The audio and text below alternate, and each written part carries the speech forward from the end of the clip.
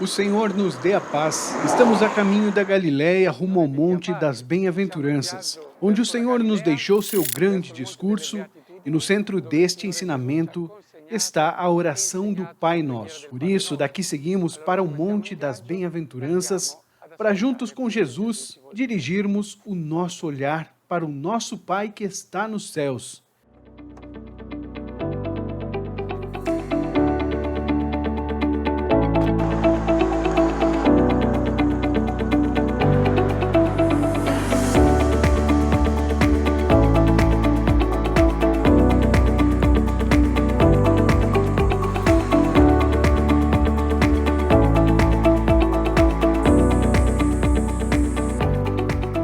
Bem, aqui estamos. Chegamos ao Monte das Bem-aventuranças. Ele é chamado assim porque aqui nesta montanha, Jesus pronunciou as bem-aventuranças, que nada mais são do que o início do discurso que está relatado no Evangelho de São Mateus, nos capítulos 5, 6 e 7. As bem-aventuranças são o canto inicial que nos diz que Jesus veio para nos trazer alegria. O coração de todo o discurso é a oração do Pai Nosso. No Pai, Jesus vem nos ensinar a viver como filhos de Deus, para nos introduzir na família de Deus e para nos ensinar a sermos filhos de Deus. Quando Jesus nos ensinou a orar, ele nos ensinou a nos voltarmos para Deus dizendo: Pai nosso que estais nos céus.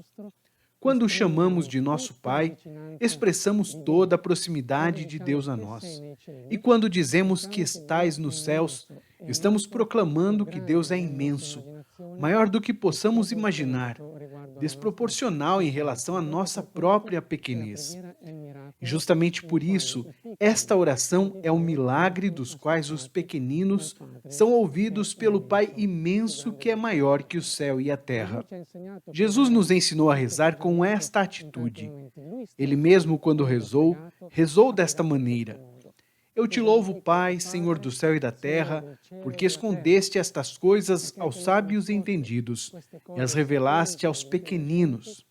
Mateus 11, 25. Aqui Jesus nos ensinou esta atitude de pequenez diante do Pai que é imenso, e é nessa pequenez que está a chave necessária para abrir o nosso coração a Deus. Agora, para nós é importante entender que o Senhor é próximo de nós, que Ele cuida de nós.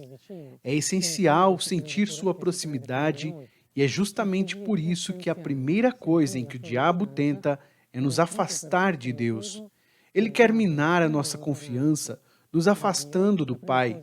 Por isso, a primeira coisa que ele tenta fazer é colocar em crise a nossa confiança. É por isso que durante a tentação de cada um, mas principalmente quando tentou Jesus, ele disse: Ha cominciato a tentare Gesù dicendo: Se és filho de Deus, manda que estas pedras se transformem em pães. E na segunda tentação, disse a Jesus: Se és filho de Deus, joga-te daqui abaixo, pois está escrito: Ele dará ordens a seus anjos a teu respeito, e eles te carregarão nas mãos para que não tropeces em alguma pedra. E ainda no momento da crucificação de Jesus, aqueles que estavam presentes disseram: Tu que destróis o templo e o reconstrói em 3 dias, salva-te a ti mesmo. Se és o Filho de Deus, desce da cruz. Se tu és filho de Deus, é uma contínua tentação que quer nos conduzir a uma crise, a de não tocarmos na beleza de sermos filhos de Deus. O diabo sabe que quando se entra na vida de Deus pelo batismo, se entra na família de Deus, nasce uma relação maravilhosa com o Pai, e esta relação pode ser destruída pela dúvida. A tentação joga sempre com esta realidade. Se és o Filho de Deus, como estáis vivendo o sofrimento? Se sois filho de Deus, por que ficou doente? Se és filho de Deus, por que sua vida não é como você desejava? Continuamente esta voz engana, tenta enganar aquele que crê. Jesus nos ensinou que através da oração, esta voz pode ser silenciada, porque a oração nos ajuda a recordar a palavra que nosso Pai mesmo nos disse. Jesus nos ensina a nos direcionarmos a Deus como Pai. Agora, Cristo foi o primeiro a chamar Deus de Pai? Foi o primeiro a ensinar à humanidade inteira que Deus é Pai? Eu digo que não, porque já no Antigo Testamento, Deus chama o seu povo Israel de filho, e o povo de Israel já estava habituado a se direcionar a Deus como Pai. Di no, perché già nell'Antico Testamento Dio chiama il suo popolo, Israele, come figlio, e già il popolo di Israele è abituato a rivolgersi a Dio come padre. Tem uma passagem muito bela em Isaías 63 que nos diz: Capitolo 63, versetti 15 e 16, che dice: Olha com atenção aí do céu de tua morada santa e majestosa. Onde está o teu ciúme e a tua valentia? Teu coração comovido, tua paixão para comigo estão recolhidos? O nosso pai és tu. Abraão nem nos conhece. Jacó não faz caso de nós.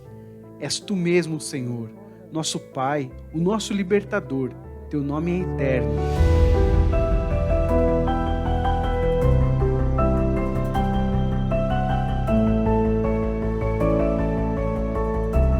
Veja este trecho maravilhoso do profeta Isaías, que traz em si a voz do povo e que se dirige a Deus dizendo que o mais importante não é ser da descendência de Abraão ou de Israel, mas o fato de haver nossa origem em Deus, e ainda o fato de Deus saber que é Ele o nosso Pai, que nos conduz e alimenta, e nos diz como viver.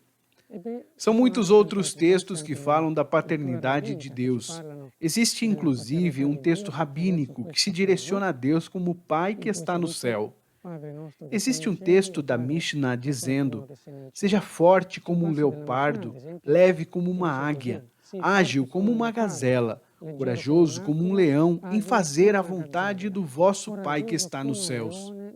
Parece um comentário de um padre da igreja, mas na verdade é simplesmente um modo em que o povo estava habituado a se direcionar a Deus.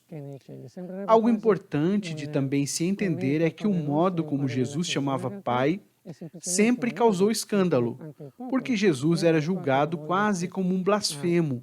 Isso quando ele chamava Deus de seu Pai, porque quando estava com o Pai, chamava Deus de meu Pai, fazendo com que o povo entendesse que a relação que existia entre ele e Deus não era a relação que existia entre o povo e Deus, pois a paternidade entre Deus e Jesus era particular, era íntima, só existia entre eles.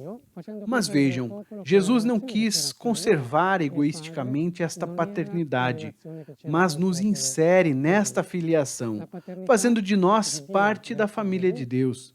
Il figlio è qualcosa di speciale, di particolare, che soltanto c'è tra il padre e il figlio. Ed è per questo che Gesù non ha voluto conservare gelosamente questo tipo di paternità, ma lui stesso ci ha. E através do batismo nos insere nesta relação íntima de filhos, onde Deus se torna nosso respiro em todos os momentos da vida. Tem ainda um outro trecho muito belo que também diz que as mulheres hebreias, quando davam à luz, tinham uma vitalidade particular. No livro do Gênesis se diz: as mulheres hebreias não são como as egípcias. São plenas de vitalidade. Antes que cheguem as parteiras, oram ao Pai delas que está nos céus, ele as escuta e elas dão à luz. A força que vem da paternidade de Deus é uma força vital que se contrapõe à morte. Poder rezar e chamar Deus de Pai é um privilégio imenso, no qual nos insere continuamente a proximidade de Deus. Uma proximidade que nos constrange, que nos consola, que nos ajuda a viver cada momento da nossa vida. Uma proximidade que nos mostra a sua imensidão. Deus é o Senhor do céu e da terra, e aquele que tudo pode em nossa vida. Por isso não existe oração mais forte que começar dizendo: Pai nosso que estais nos céus. Vivere in ogni momento della nostra vita. Al tempo stesso è una vicinanza che ci dice anche la sua immensità. Dio è il Signore del cielo e della terra che può tutto nella nostra vita. Ed è per questo che non c'è preghiera più potente di quella che comincia dicendo Padre nostro che sei nei cieli.